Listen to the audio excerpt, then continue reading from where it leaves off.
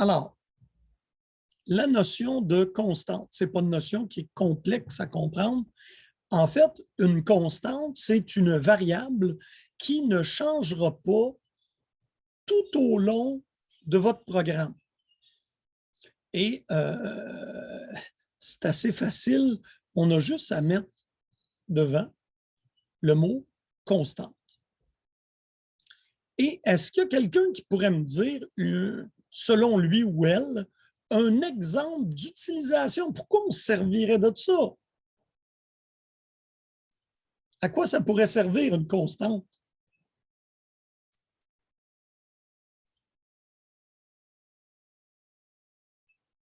Ben, peut-être, exemple, si on calcule le prix de quelque chose, les taxes.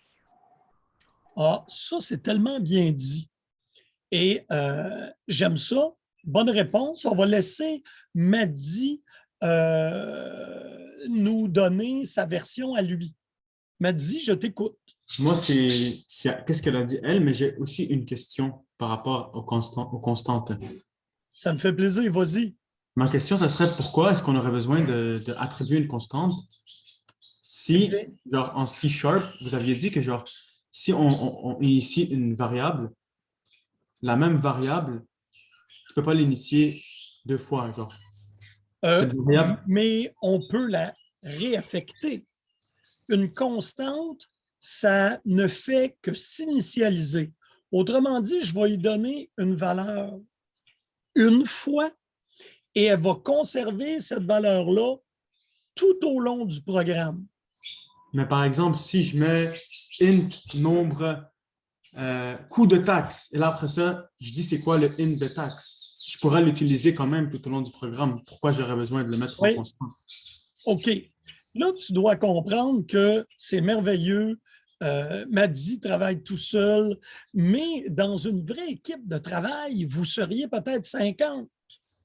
Et le taux de taxe, toi, tu sais très bien qu'il ne faut jamais toucher à ça, mais il y a un nouveau programmeur junior qui est dans l'équipe et lui décide de le réaffecter parce qu'il veut calculer quelque chose temporairement, puis au lieu de se déclarer une belle variable, il touche au taux de taxe. Et là, tu comprends que si ça arrive, tout le programme ne fonctionnera pas. Donc, j'ai aimé votre exemple et je vais vous demander de faire un petit programme qui demande un montant et qui ajoute les taxes. Ce n'est pas compliqué. Et on va travailler avec ça, voir comment ça fonctionne et se définir un taux de taxe. Un, comme une variable, puis deux, après ça, comme une constante. Donc, je vais quand même vous rédiger ici. Est-ce que tout le monde voit bel et bien mon Visual Studio?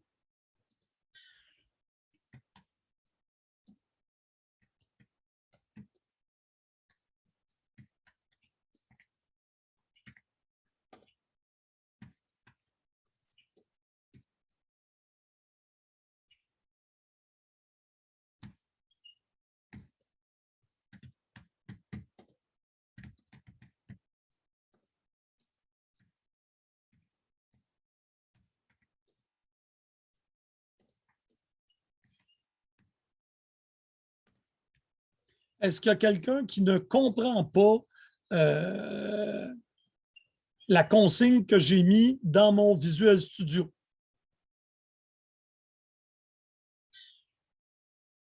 Et vous avez le droit ou pas d'utiliser des méthodes. Ce n'est quand même pas un programme qui va être très complexe. Je vais vous laisser décider. Alors, oui, Gérardo. Monsieur, quand vous dites et affiche et calcule le total et affiche taxe et total, par taxe et total, vous faites référence au total, non? À la somme de deux, non? Je ne comprends pas ce que tu dis. C'est assez clair. Je veux le montant, les taxes, le total. Donc, il y a trois montants. Montant saisi par l'utilisateur, le calcul des taxes et le total. Ça va-tu? Montant saisi par l'utilisateur, taxes calculées, montant total. C'est beau? On y va. Commencez à me faire ça. Donc, je vais tasser mon Visual Studio, c'est voulu.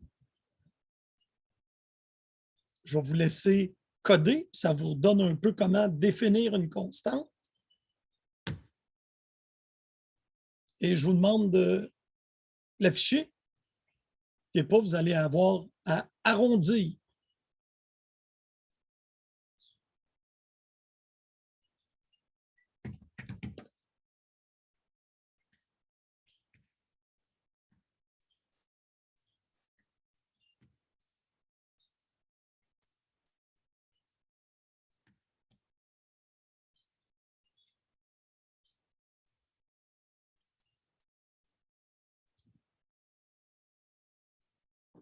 Et là, je vais mettre la consigne ici au cas où il y en a qui ne s'en rappellent pas.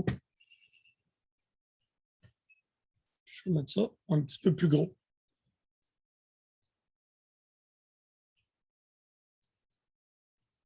Hop, tiens.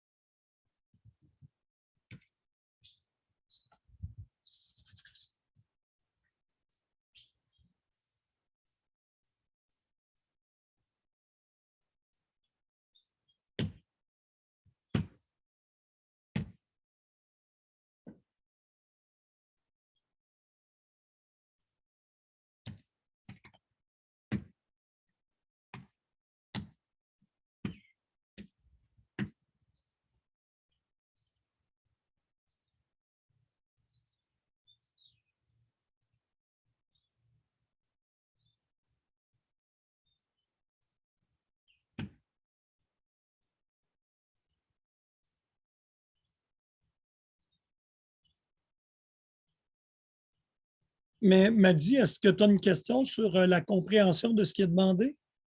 Non, c'est pour vous demander, vous aviez dit qu'il fallait arrondir. Ben, c'est parce que si tu ne le fais pas, puis tu rentres des montants à virgule, tu vas avoir de quoi de bien étrange. Parfait. Donc, on utilise math.round. Ah ah! Est-ce que j'ai un beau math.round ici?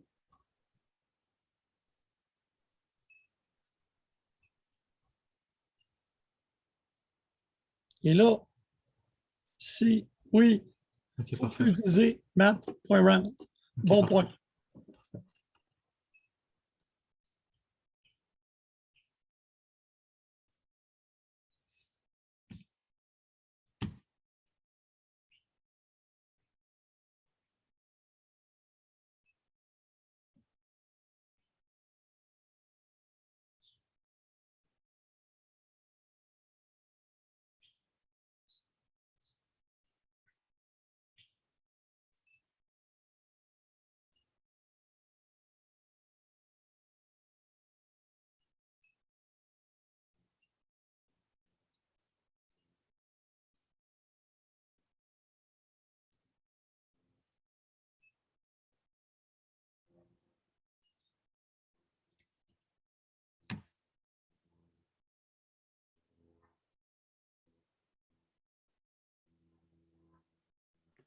Monsieur,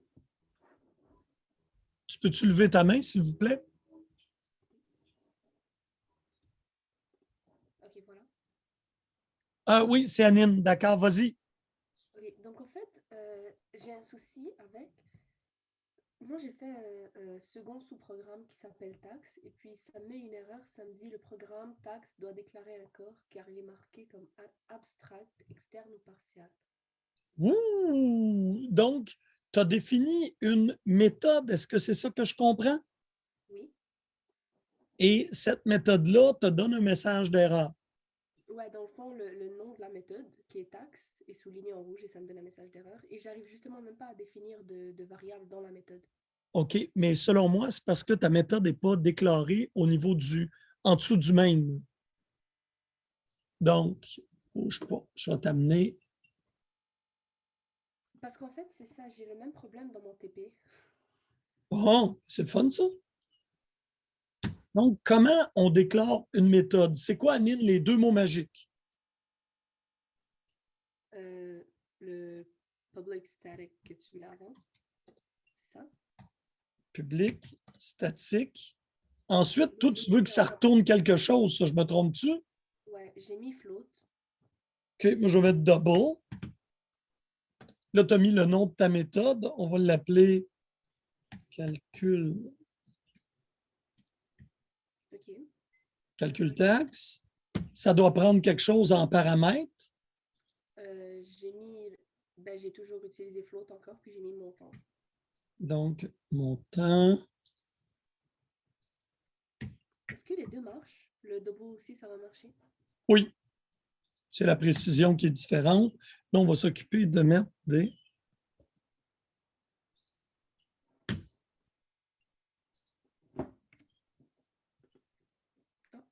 Alors là, tu vois, j'en ai pas d'erreur en ce moment. Là. Mais si le calcul taxe il est souligné en rouge. Il est en rouge. Si tu regardes pourquoi, il écrit CS 0161, programme calcul taxe, not all code path returns a value. C'est C'est la même sûr, chose. il ne retourne pas de valeur. Donc, juste pour te montrer que ça fonctionne, là, je vais faire return 0.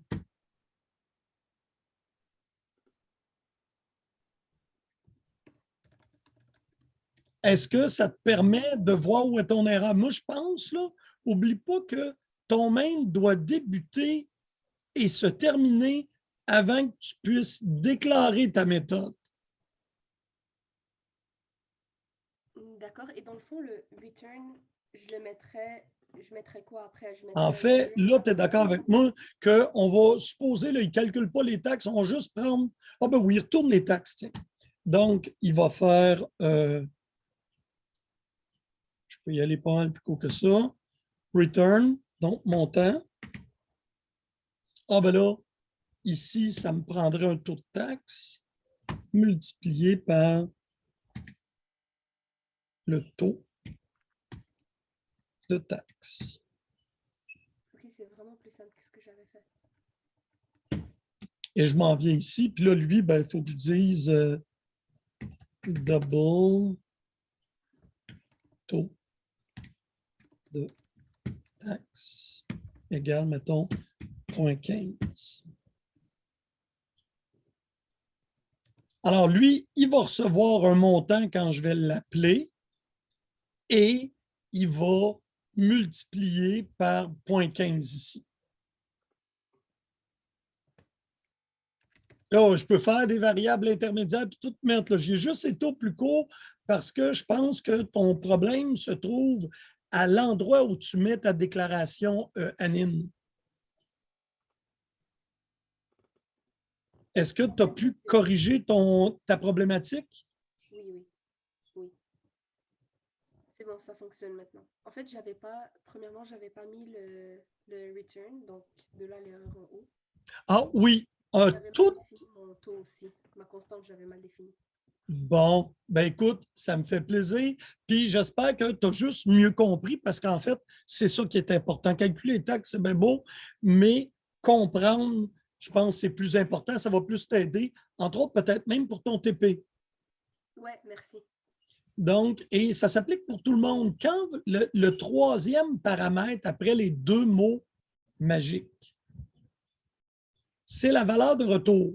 Donc, la valeur de retour, ici, on nous dit que c'est un double, c'est un chiffre à virgule flottante. Chaque fois que vous mettez un troisième paramètre, il faut absolument que votre méthode retourne la valeur. Ça, c'est obligatoire.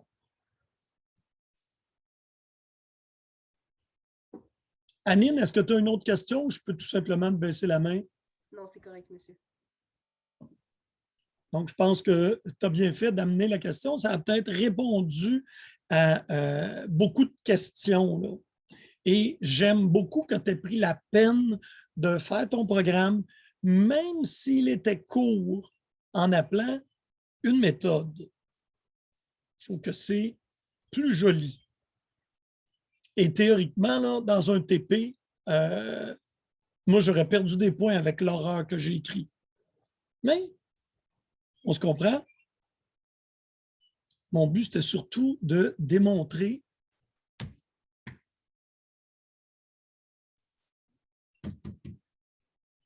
comment. Et je vais même faire ce qu'on appelle après ça un refactor grâce à toi. Donc, on va regarder qu'est-ce que ça dit.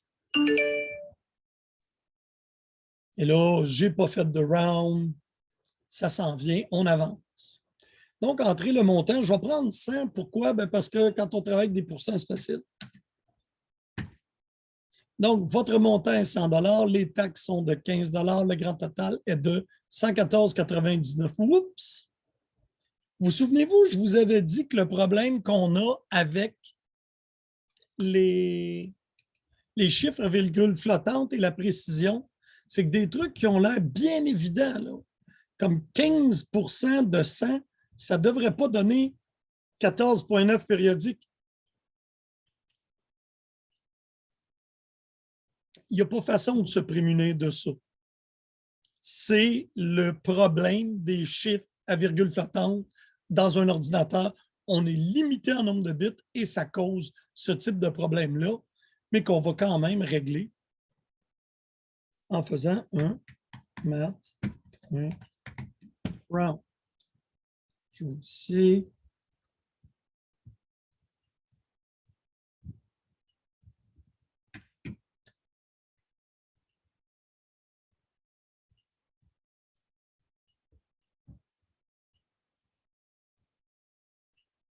oups, mon petit programme roule encore. C'était mon petit programme, petite console. C'est en bas. Petite console, on va la fermer.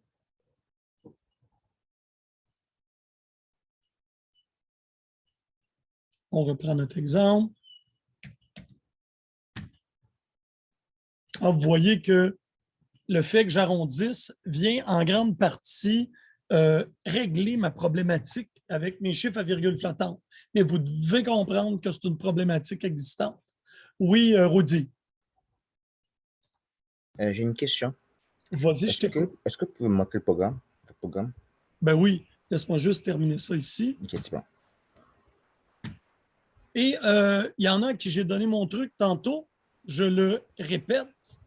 Lorsque vous voulez arrêter votre programme parce qu'il s'exécute, puis là, ben, ça va trop vite, il sort, c'est la fin. Rajoutez tout simplement un console readline à la fin. Vous pourrez faire appuyer sur retour, puis il va s'exécuter. Alors, Rudy, mon programme est là devant toi, aussi mal écrit qu'il est. Ah non, mais je veux juste savoir, si vous avez fait votre méthode sans ajouter de sous-programme, mais si vous avez fait le sous-programme, est-ce qu'il y aurait juste eu le calcul taxe et vous aurez enlevé les 3 premières lignes de votre programme? J'aurais enlevé certaines lignes de mon programme. C'est pas les 3. En fait, si on regarde ça ici, les taxes sont de, là, j'aurais enlevé ça ici. Montant détaxé, je l'aurais passé à calcul.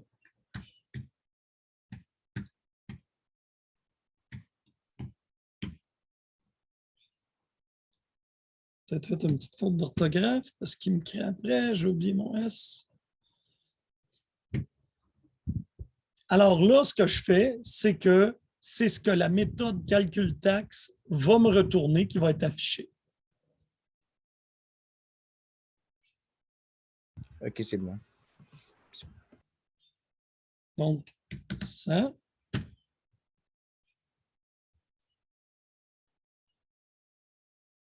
Ça a répondu à ta question, Rudy? Oui, merci. Ça me fait plaisir.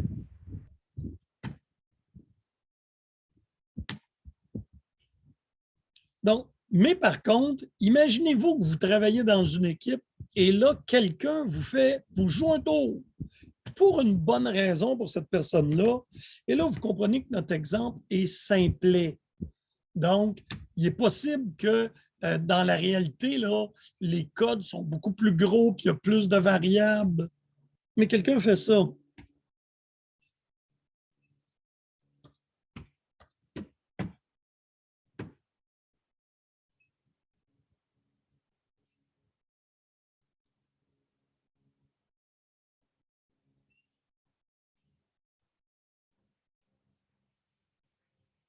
Et là, je rentre toujours mon 100 $.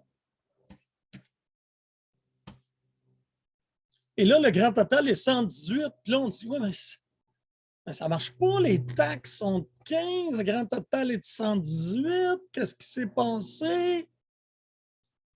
C'est qu'il y a une variable qui a été manipulée.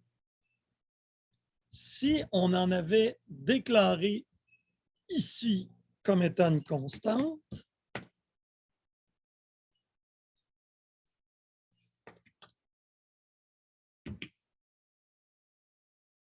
voyez-vous tout de suite que quand j'aurais essayé de faire une affectation, là, il m'avise.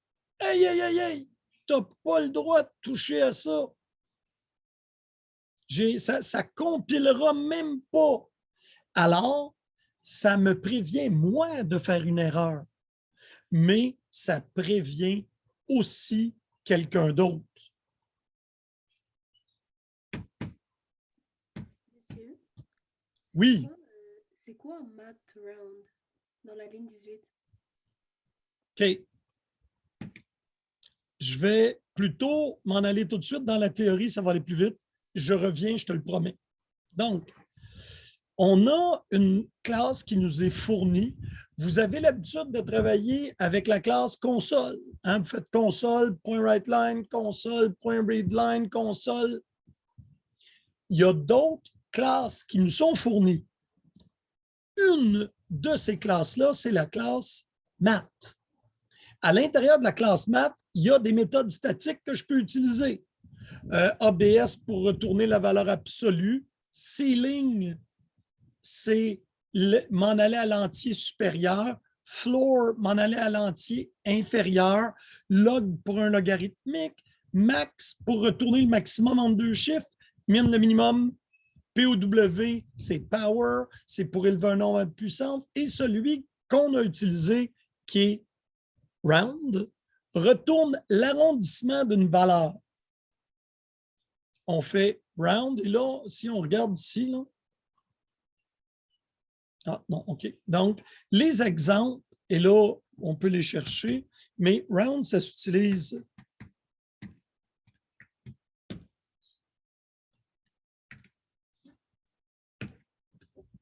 Pardon.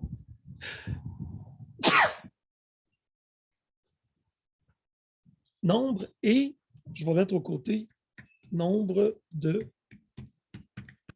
décimales. Ça permet la traduction de round, ça veut dire arrondir.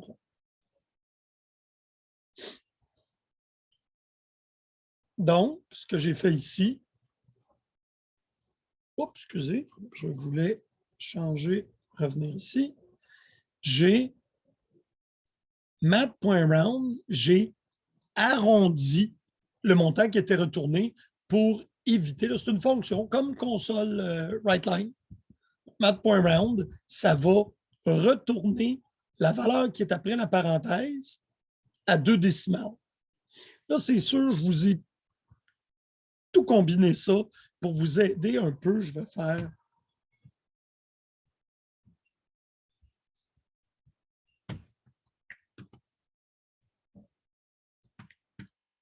ça va être plus facile comme ça.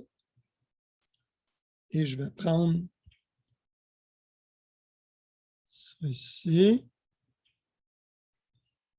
On va dire total. Ici, je vais le calculer.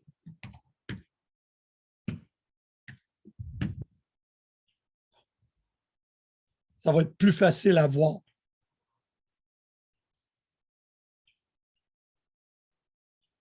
Donc, je calcule ici le montant de taxe multiplié par 1 plus le taux de taxe sur 100. Il y a d'autres façons mathématiquement de calculer les taxes. Celle-là, moi, je la trouve facile. Là, parce que mon taux, je ne l'avais pas mis avec un décimal.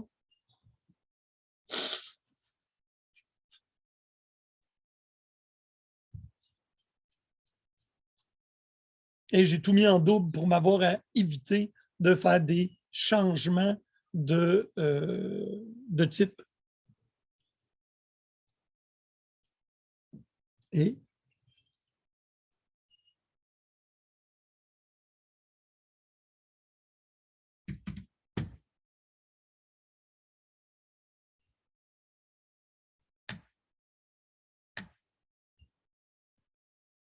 donc, est-ce qu'il y en a? Donc, c'était une très bonne question. C'était ce qui s'en venait comme matière ensuite.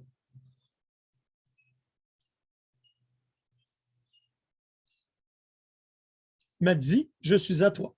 Pourquoi est-ce qu'à votre ligne 19, après votre math round total, virgule 2, vous n'avez pas mis de parenthèse après le 2? Il faut mettre une autre parenthèse, non? Après le 2.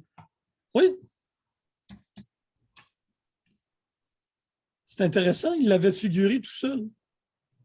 Puis maintenant, ça a fait une erreur quand vous faites ça. Ah! Non, je ne vais pas aller plus loin. En fait, l'erreur est ici. Round prend 2 paramètres. OK, OK. Ouais. Et si tu fais round, pas de paramètres, puis là, étant donné que je n'avais pas de virgule flottante, vous ne l'avez pas vu, mais si tu fais round, ferme la parenthèse, ben, théoriquement, ça arrondit à l'entier le plus proche. Et c'est comme ça que ça aurait dû être fait. Merci de l'avoir soulevé. Tu as un bon œil, m'a dit. Puis là, je vais faire par exprès. Je vais mettre 110 et 32.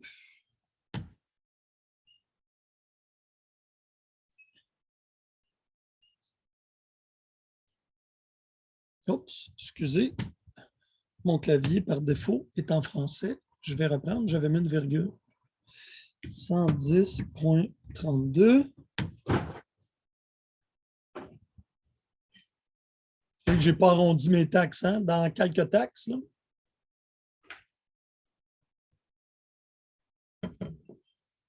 Donc, pour corriger ça, je devrais faire un autre arrondi. OK. Ça, c'est mon grand total. Ici, on va mettre un autre.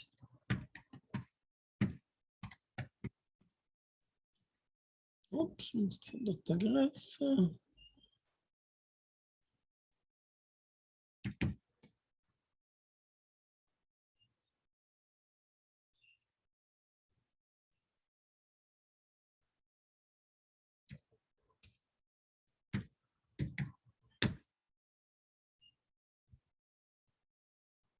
Donc, n'est-ce pas merveilleux? Vous avez maintenant une super calculatrice pour calculer les taxes.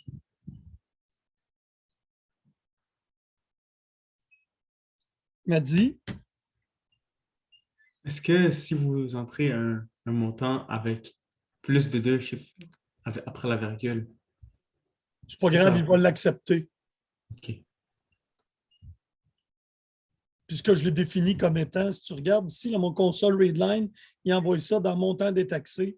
Montant détaxé, c'est un double. Il y en a de la place après le point. On pourrait aller dans comment faire des routines de validation qui sont plus élaborées. Pour le moment, on va laisser ça là. Mais tu as bien fait de le soulever. Et ça ici, ça devrait aussi être une constante. Donc, partout où tu utilises des nombres directs, hein, tu es après faire quelque chose multiplié par, tu as des taux, vous ne devriez jamais avoir un programme qui fait une multiplication avec un nombre. Il devrait toujours faire une multiplication avec une constante. Et c'est quoi l'avantage? C'est que demain matin, le taux de taxe se modifie. Là, j'avais une méthode, j'aurais pu aussi là, tout simplement modifier ça et, vous avez trouvé ça joli, virgule, pour l'avoir juste une fois. Ça va être un autre double. Et ici, je vais faire virgule, taux de taxe. Et là, ça, je vais enlever ça de là. Alors, là, pourquoi j'ai fait ça? Un, c'est pour ne pas avoir ça à deux endroits, le type de taxe. Donc, calcul taxe reçoit maintenant deux paramètres. Le montant détaxé et le taux de taxe. Et si la loi venait à changer, moi, j'ai juste à m'en venir ici. C'est maintenant 16 %. Tout mon programme est modifié, il fonctionne. Et je n'ai pas besoin de regarder dans le code. Il est écrit que c'est une constante, donc je n'ai pas à m'inquiéter. Oups, j'ai... Excusez. Montant fois le taux de taxe ici divisé par 100.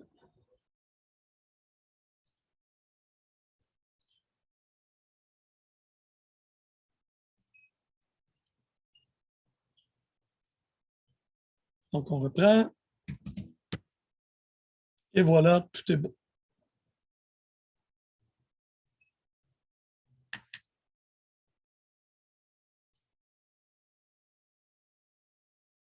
Donc, on a ici revisé les constantes. Hein, on sait comment la déclarer. On a revisé la déclaration des méthodes. Et là, je répète, public, statique, c'est des mots magiques. Le troisième qui est ici, c'est la valeur retournée par la méthode. Après ça, le nom de la méthode et ensuite, définition des paramètres que vous allez pouvoir passer à la méthode. Est-ce qu'il y en a qui ont des questions sur ce qu'on a fait là?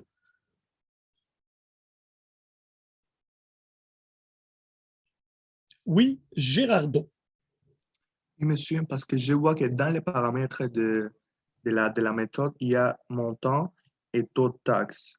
Oui. Et quand, dans le main, quand on met calcul taxe, il y a les deux paramètres qu'on rentre, c'est montant des taxes et taux de taxe. Alors, moi, j'avais compris que les paramètres qu'on met dans les méthodes, on peut juste les utiliser dans les méthodes. On ne peut pas les utiliser ailleurs. Alors, je comprends avec montant des taxes que c'est différent, mais taux peut-être vous l'avez expliqué, je n'ai pas très bien compris, mais taux de taxe, c'est exactement la même chose que ce que vous avez mis dans la méthode. Alors pourquoi? Pour le moment, là, tiens. OK, il ne portera pas le même nom. J'avais recommandé de toujours garder des noms différents pour éviter de se mêler. Parce que le taux de taxe qui est ici, qui est à l'intérieur de la méthode, c'est théoriquement pas le même, malgré qu'il va être passé. Alors, mais quand c'est une constante, par définition, étant donné qu'elle ne change pas de valeur jamais, tu peux bien la passer partout pareil. Ah, c'est une constante. OK. Oui, elle ne change jamais de valeur. OK, Donc, elle ne OK. pourra pas être manipulée. Même moi, ici, essayons quelque chose.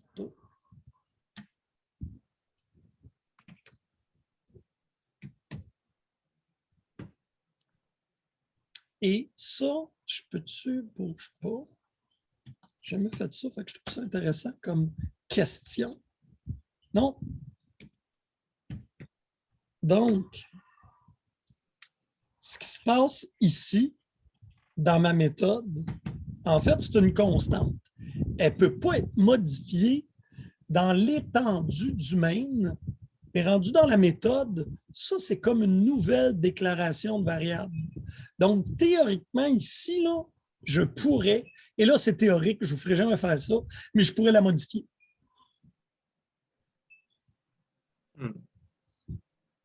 OK. Mais par définition, étant donné qu'elle est définie ici comme étant une constante, ça serait bon pour les besoins du cours.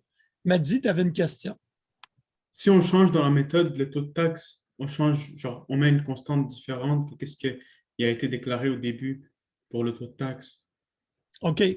Ce qui va se passer, c'est que là, je vous explique, les variables ont une étendue. Donc, ça ici, c'est comme une nouvelle déclaration de variable. Ça déclare taux de taxe.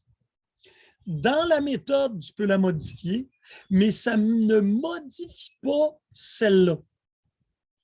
OK? Donc, les variables ont un étendu. Là, je tombe vraiment sur le cas particulier. À la place, là, pour rendre ça simple, là, je vais faire int ami. Et ici, je vais faire aussi la même chose. Int ami égale 2. Tu vas voir ici que je vais être capable de faire ami égale 3.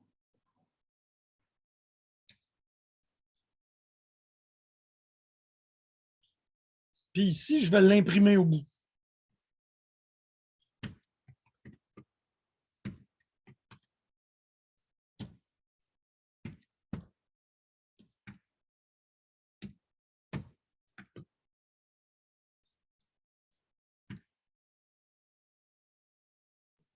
Mais monsieur, parce que vous n'avez pas dit à votre main de retourner ami. C'est sûr que l'ami ne va pas être. Mais non, regarde ici, je la change, là. Je vais m'égale à 3.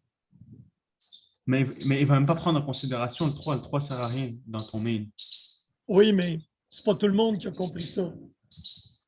Et là, ce que je veux dire, pour montrer l'exemple, c'est que ici, je l'ai appelé là, ma méthode calcul taxe.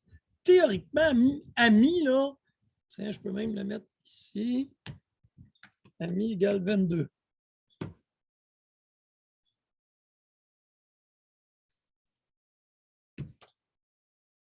Donc là, je modifie la variable ami, théoriquement. Là.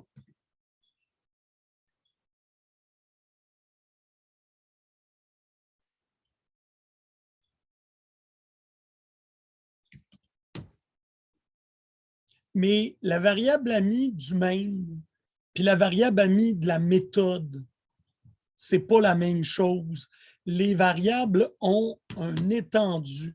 Autrement dit, les variables qui sont déclarées dans une sous-méthode restent toujours dans la sous-méthode et n'affectent pas les valeurs du main. Tu as raison, m'a dit quand tu dis la seule façon d'affecter une variable du main, ça serait de la retourner puis que dans le main, on l'affecte.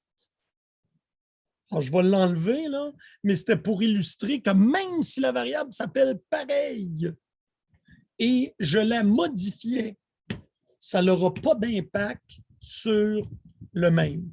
Les méthodes, quand on déclare des variables dedans, ce sont des variables locales à la méthode.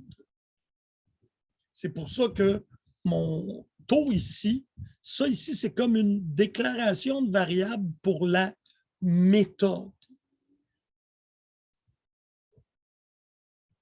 Et de toute façon, vous n'avez pas besoin de vous casser la tête.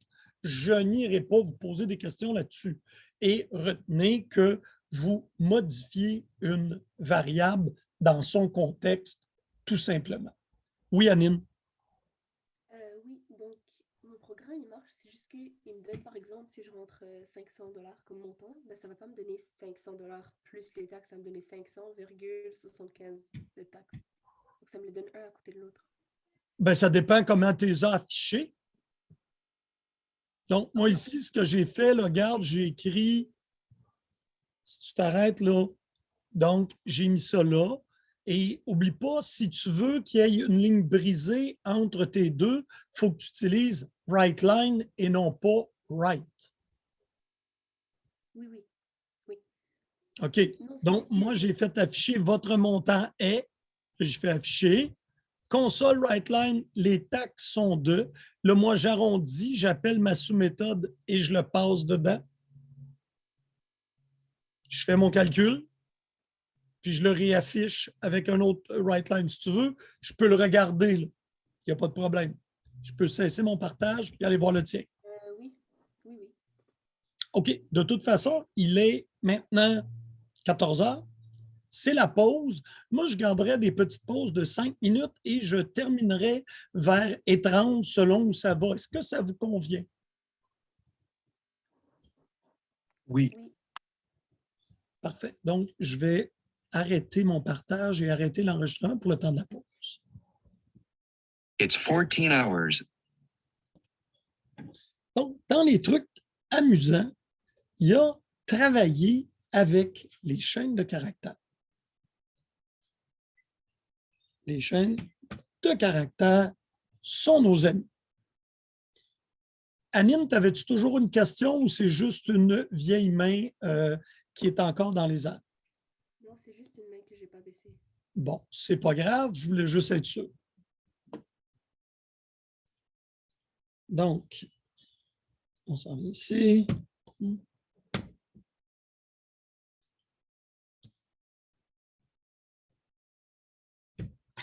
Alors, un string, malgré qu'on a appris que c'était un des types de base, c'en est pas un. En fait, c'est un objet qui se comporte comme un type de base.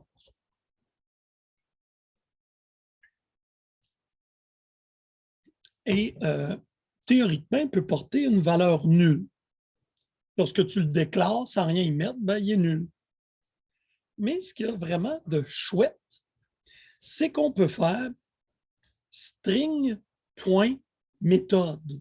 Un peu comme vous avez vu dans console.writeLine, vous avez vu dans math.uneméthode. Eh bien, ce qui est le fun avec les chaînes de caractères, c'est que tu peux utiliser le nom de la chaîne de caractères point opération. Donc, il faut juste faire attention, une string nulle, donc ici, il y a plein d'opérations que tu ne peux pas faire avec une string nulle. Donc, il faut juste la vérifier. Et là, moi, j'aime pas ça, la string nulle. On va lui donner un nom plus significatif, mais avant d'effectuer quelque chose, on peut la tester.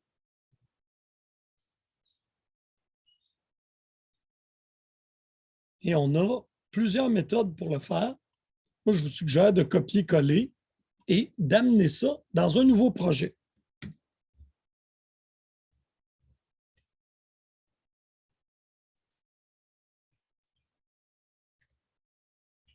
Est-ce que tu avais une question, Maddy? Oui, monsieur, s'il vous plaît. Je ne comprends pas qu'est-ce qu'on fait maintenant. Là. Je ne comprends pas. Là, on va commencer à travailler avec des chaînes de caractères Et la première chose qu'on va faire, on va vérifier si elle est nulle. Comment nul? Nulle. S'il n'y a aucune valeur qui lui a été affectée.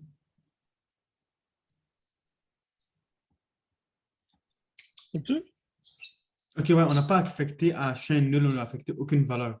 Exactement ça. Et on peut même y affecter si on va y affecter nul.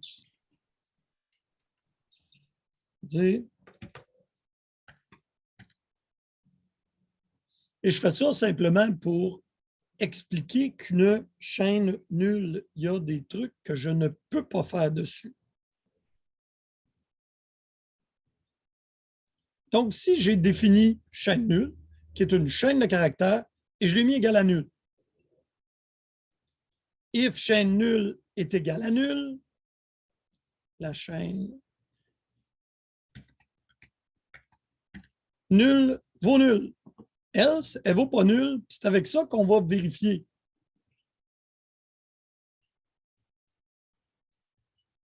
Je n'aimais pas son nom, fait que je l'ai renommé.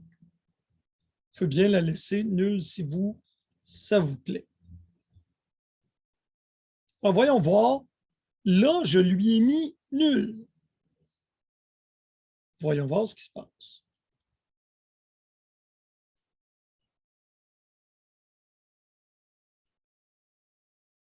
Donc, la chaîne nulle vaut nul ou la chaîne nulle est nulle ou vide. C'est ces deux-là qu'on a eu comme résultat, qui est la chaîne nulle vaut nul et on a eu la chaîne nulle est nulle ou vide. C'est deux façons qu'on a vues ici pour tester si une chaîne est nulle. Celle-là, tout le monde la comprend. If chaîne nulle égale nul, la vie est belle. Yeah, j'ai compris, monsieur. On a déjà vu ça. Ici, on utilise une méthode de l'objet string en lui passant notre chaîne. Et cette méthode-là, string.isNull ou empty, va retourner vrai si elle est nulle ou vide, ou va retourner faux si elle n'est pas vide.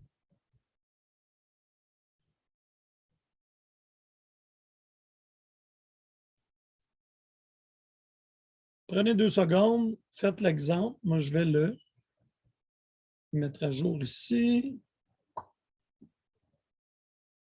Oui, Maddy, vas-y. Si on a initié le string chaîne nulle, on l'a initié à une variable, comment Oui. est-ce que c'est vide? Ça va donner faux. S'il est comment- initialisé, ça va être faux. Ça veut dire mais comment il peut être vide? Tu lui as donné une valeur. Non, mais rien entre tes deux petits guillemets, ça va être vide. OK.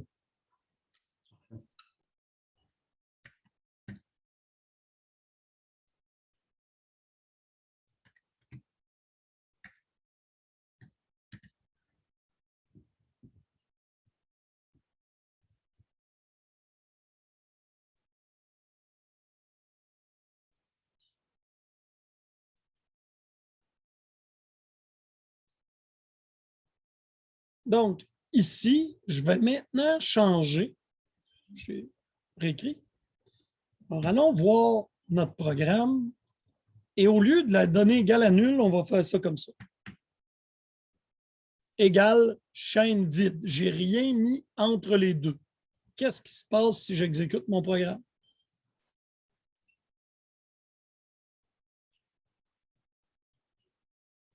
La chaîne nulle ne vaut pas nul dans le cas du premier test, mais dans le cas du deuxième test qui teste si elle est nulle ou vide, elle retourne rien. Donc, ça ici, ça vérifie si elle est nulle et elle est vide, tandis que lui vérifie seulement si elle est nulle. Donc, ça ici que j'ai mis en haut, là, c'est une chaîne vide. Ce n'est pas nul. Elle a la valeur chaîne vide.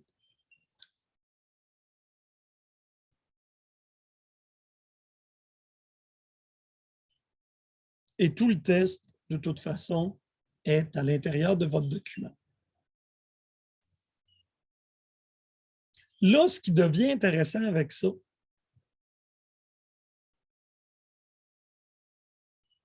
c'est de jouer avec pour voir qu'est-ce que ça a l'air. Et vous allez voir, c'est intéressant. Ma chaîne vide, on va en définir une autre qui va s'appeler chaîne, puis on va regarder, voir la longueur. Donc,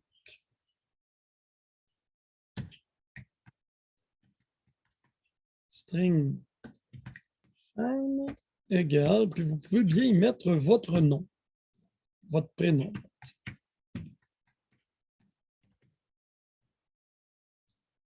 Et là, je m'en viens ici. Puis là, vous pouvez oublier ça, ça ne sert à rien. Pouf! On va faire console. Vous devez deviner qu'est-ce qu'on va faire. Right line.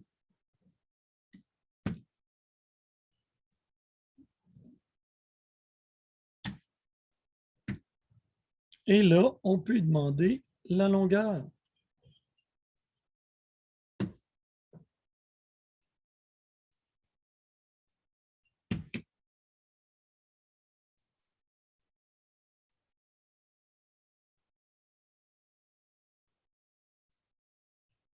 Vous voyez, 13. Est-ce qu'il y a quelqu'un qui a un prénom plus long que le mien? Monsieur, pourquoi est-ce qu'ils ont compté le tiret? Ben, parce que c'est un caractère comme les autres. Même un espace, il l'aurait compté. Pour toi, c'est pas pareil, mais pour la longueur de la chaîne de caractères, il faut qu'il soit mis l'espace dedans. Ou le trait d'union, ou peu importe c'est quoi. C'était une bonne question, ça m'a dit.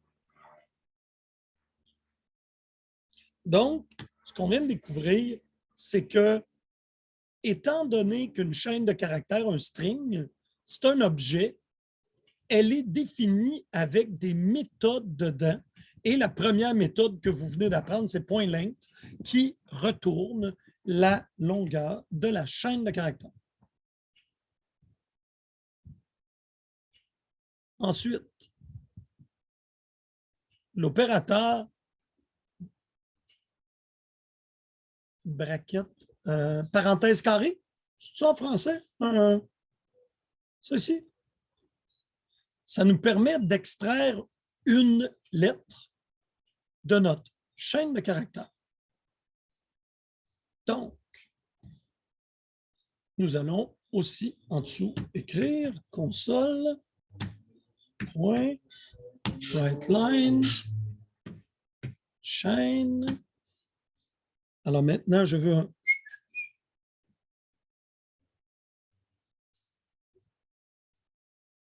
et voyons voir ce qu'il y a à la position 0.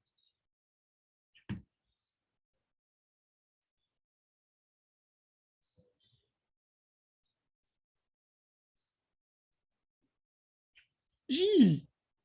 Alors, là, première chose qu'on vient d'apprendre, c'est que premièrement, on apprend à compter dans une chaîne de caractères à la position 0. Si je vous demandais d'écrire votre prénom, mais dans ce sens-là, et je vais vous aider à l'aide d'une boucle for. On va voir qu'est-ce qu'on peut faire avec ça. For. Et là, ben, je viens mettre ça ici.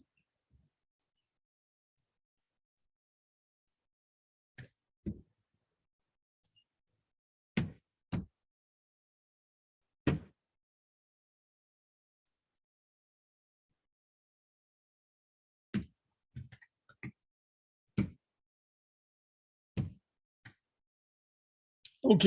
Là, tout le monde est là. Qui c'est qui vient de faire le prof? Là? Attends des minutes. Là. Ben, le petit opérateur qui est ici me permet de localiser un caractère dans une chaîne. Donc, j'ai fait une book for qui dit de 0 jusqu'à chaîne.length. Dans mon cas, moi, c'est 13. Incrémente à chaque tour de boucle de 1. Console.writeline, chaîne I. Là, il va écrire J. Il va passer dans la boucle E. Il va passer dans la boucle A. Il va passer dans la boucle N. Voyons voir si c'est vrai.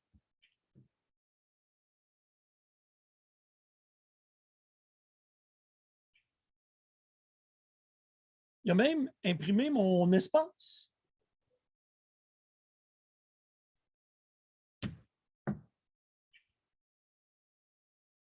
Et là, je vous pose la question, qu'est-ce que je devrais changer pour imprimer une lettre à la fois, mais dans l'autre sens?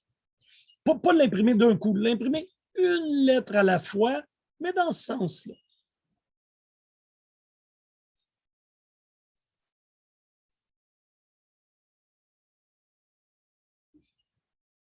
Gérardo?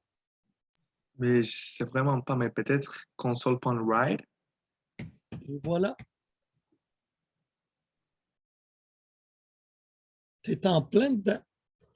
WriteLine, ça ajoute un changement de ligne, mais write, ça ne le fait pas. Et si je voulais écrire après chaque lettre un petit étoile, je pourrais faire plus étoile. Donc là, il y a une lettre, une étoile, une lettre, une étoile, une lettre, une étoile. Wow, j'aime ça, mon nom avec plein d'étoiles. Je remonte le code.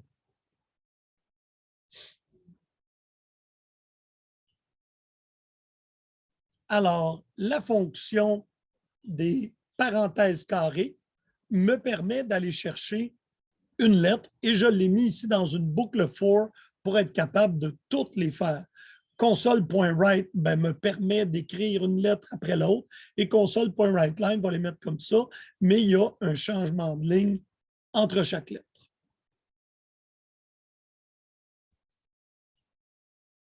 Monsieur, Oui, pourquoi votre étoile, vous ne l'avez pas mis à côté du i, à l'intérieur de la chaîne? parce que c'est chaîne I qui retourne une lettre. OK, ouais, c'est vrai, c'est Puis vrai. c'est vrai. étoile, ça ne veut rien dire. C'est Mais vrai. c'est une bonne question. Non, c'est une bonne question. Concaténer des strings. On l'a fait à plusieurs reprises. On fait ça depuis le début. On utilise le petit plus. Donc, mais on a aussi string concat, si vous voulez. Je ne vous mêlerai pas le plus. La vie est belle.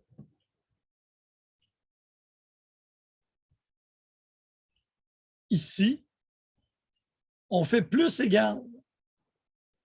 Ce qui va me permettre de faire l'équivalent de bonjour égale bonjour plus salut. Ça non plus, concaténation, affectation, c'est pour faire deux étapes en une. On ne travaillera pas là-dessus pour le moment. Mais dans les fonctions amusantes, on a index of, retourne la position de la première occurrence du caractère. Voyons voir, là, au lieu d'essayer de se casser la tête, allons-y dans un exemple. Hein? On fait bonjour.indexa. Donc, nous, notre chaîne de caractères, je vais laisser ça, je trouve ça chouette. Nous allons maintenant faire chaîne, point, indexa. Et là, je veux trouver le premier caractère CCD. Et on va l'imprimer.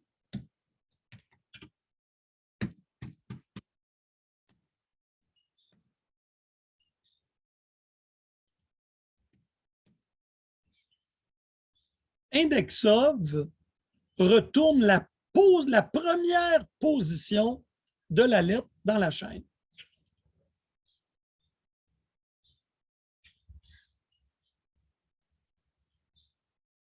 Bon, là, j'aurais pu le mettre sur une ligne tout seul, c'est pas tellement joli, mais c'est 19. On va à 1, 2, 3, 4, 5, 6, 7, 8, 10. Pourquoi 10?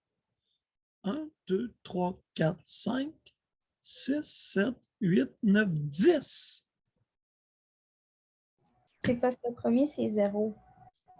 Ah, c'est ça. Il y a toujours Nicole qui nous arrive avec la bonne réponse. Bravo, Nicole. Effectivement, on compte les positions d'une chaîne de caractères à partir de 0. Alors, comprenez que si vous comptez 1, 2, 3, 4, 5, bien, vous allez toujours avoir un de plus. C'est important, on va s'en servir plus tard. Donc, index of cherche. Dans une chaîne de caractères, on va essayer de trouver quelque chose qu'il n'y a pas. Ah ah! Moi, je suis un rusé. Oh, oui! Dans une chaîne de caractères, une lettre majuscule et une lettre minuscule, ce n'est pas pareil. Alors là, je vais maintenant chercher dans mon nom s'il y a un Z majuscule et à quelle position il se trouve.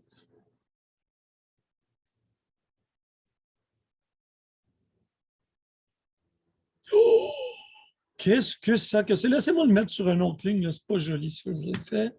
Je vais ici rajouter. J'ai simplement à faire un console.writeline ici.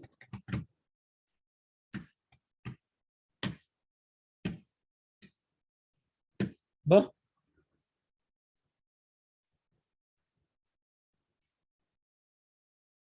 Voyez-vous, la réponse, c'est -1. Donc, on sait que index of, s'il ne trouve pas, retournera -1. Ça va être pratique, ça, quand on va faire de la recherche. Puis là, comprenez-vous, quand vous faites dans un traitement de texte, là, vous cherchez des mots ou des lettres, c'est des fonctions comme ça qu'on appelle. On va chercher si on trouve des chaînes de caractères. Donc, index of retourne la première. Et vous savez maintenant qu'il retourne un négatif. On a last index of qui retourne la dernière fois dans mon nom. Est-ce qu'il y a des lettres doublées? Allons voir. Ah ah! On a le A doublé. Allons voir ici le A et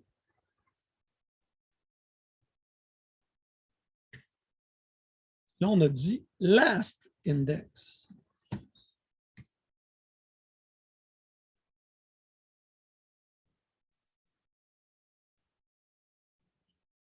Donc, le premier index of retourne la première position, le last retourne la dernière fois qu'il trouve la lettre dans la chaîne. Et on voit qu'à la position 2, 0, 1, 2, il y a un A, 3, 4, 5, 6, 7. Puis il n'y en a pas d'autres A. Donc, on peut chercher la première et la dernière apparition d'une lettre. On a start with pour savoir avec quoi ça commence et ends with pour savoir avec quoi ça se termine. Et là, je ne passerai pas tous les petits morceaux, ce qu'on peut faire, mais vous devez savoir que ça existe. On arrive maintenant à la comparaison.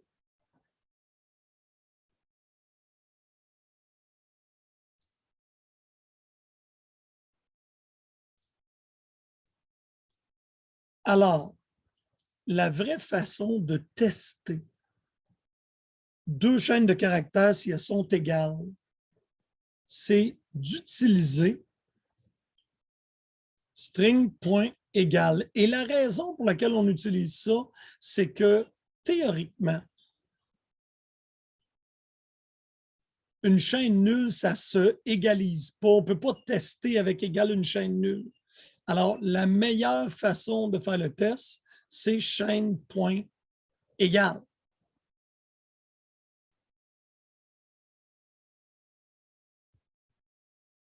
Allons définir deux chaînes de caractères, puis allons tester si ça ici, là, ça va fonctionner.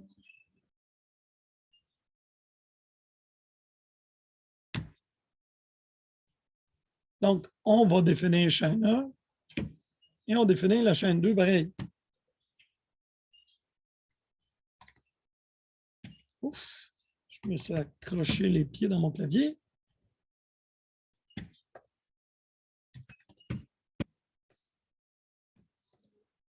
Là, je ne vais pas me tromper.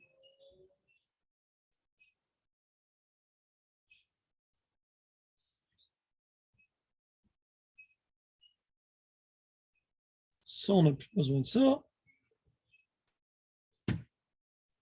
Là, on fait un premier test. If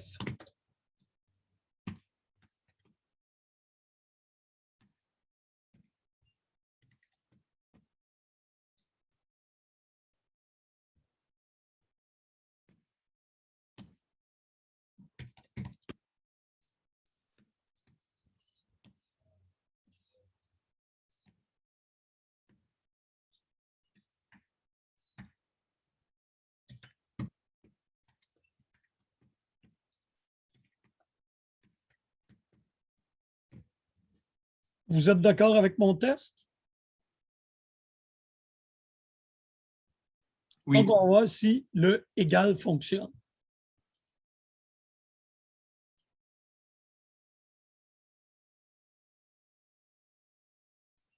Il fonctionne. Vous me dites, monsieur, qu'on utiliserait d'autres choses? C'est quelque chose.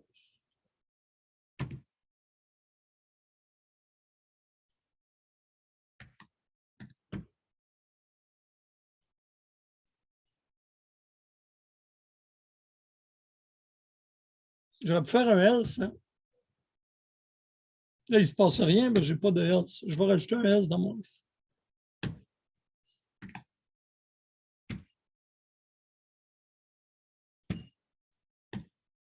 Et vous savez, j'aime ça être paresseux.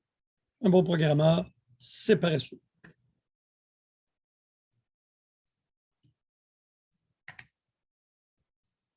Faites-vous pas les majuscules.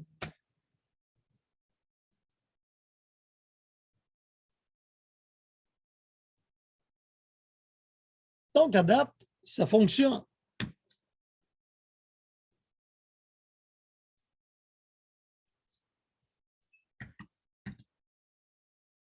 Ce ne sera pas long, m'a dit.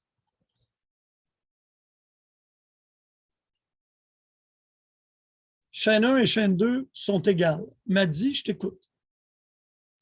Comment on fait pour dire à l'utilisateur de saisir une chaîne, genre inventée?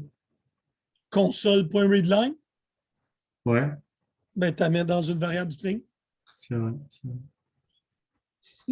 C'est comme quand tu dis saisis ton nom, puis là, ouais, c'est vrai, c'est vrai. Même chose. Là, on va essayer de voir si une chaîne vide est égale à une chaîne nulle.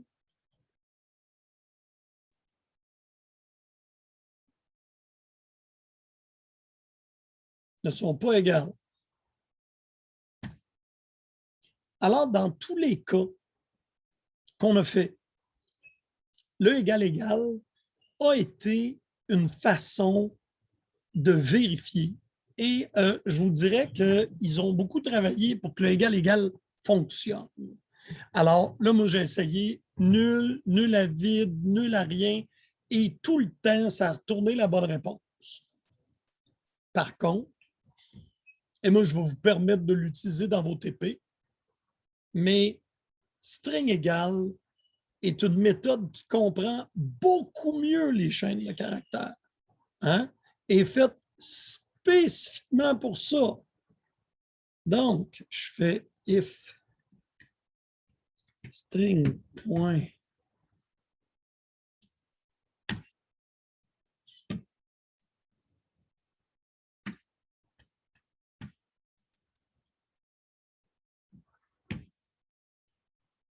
même chose, juste écrit différemment.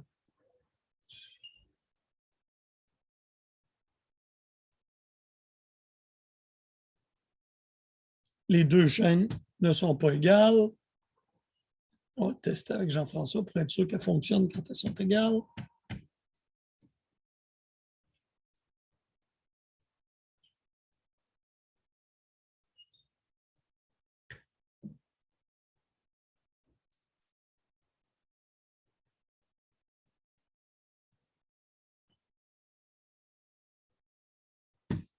Alors, string égal, pourquoi je suis capable de mettre ça, monsieur? Je ne vois pas, comme d'habitude, un if avec un égal ou pas égal. En fait, j'ai le droit de faire ça parce que string égal retourne un vrai ou faux. Si vous regardez ici, il retourne un vrai ou faux. Et si on voudrait faire sans tenir compte des majuscules, minuscules, là, par contre, ça devient intéressant d'utiliser string comparaison parce qu'on ne sait pas tout le temps si l'utilisateur lui fait taper oui, s'il va faire au majuscule UI. Alors, voyons voir notre ami string comparaison.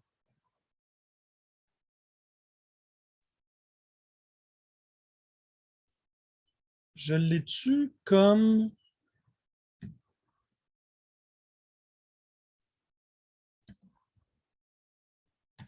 c'est juste une propriété.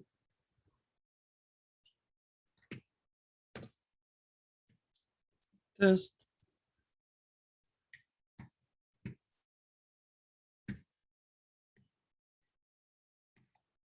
C'est ça. Je ne l'ai pas, CTRL-Z.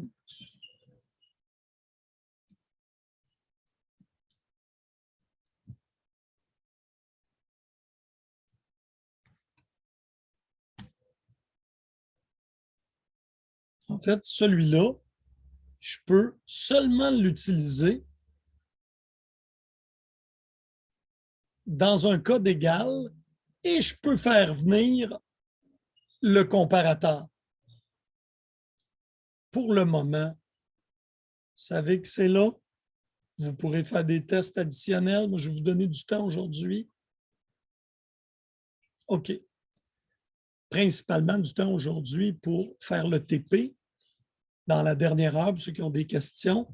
Alors, je vais passer rapidement. Replace, c'est pour aller remplacer des caractères. Donc, un peu comme dans un traitement de texte, ça va faire remplacer toutes les TTT par UUU. C'est ça que ça sert. To upper and to lower, je pense que vous comprenez tout de suite ce que ça fait. Ça transforme la chaîne de caractères en minuscule ou en majuscule. Trim, c'est pour couper des espaces. Substring, c'est pour aller chercher une plus petite partie d'une chaîne. Donc, mon prénom, Jean-François, on va aller prendre les 4 premiers caractères.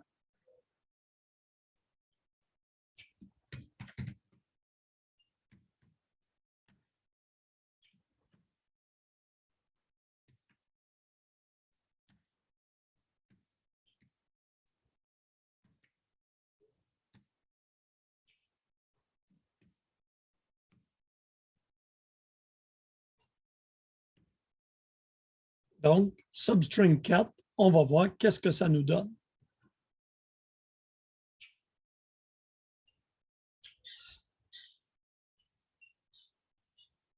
Oh, intéressant, ça me donne François. C'est à partir de 4. Ah, la position doit être assumée. Il faut mettre 2. Donc, on va mettre à partir de 0.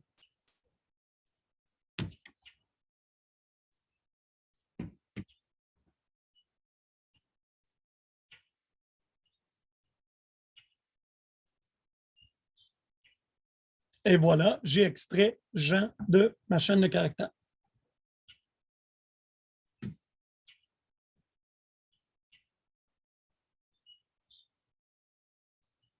Conversion. Puis là, ça, c'est le fun parce qu'on n'aura pas besoin de le faire. Je vous l'ai fait faire depuis le début. Hein? On peut faire un byte.parse, un int32.parse. Alors, tout ce qu'on a fait ici déjà, vous savez comment les convertir. Et on verra au prochain cours comment utiliser try-parse pour si la personne essaye de nous en passer une petite vite.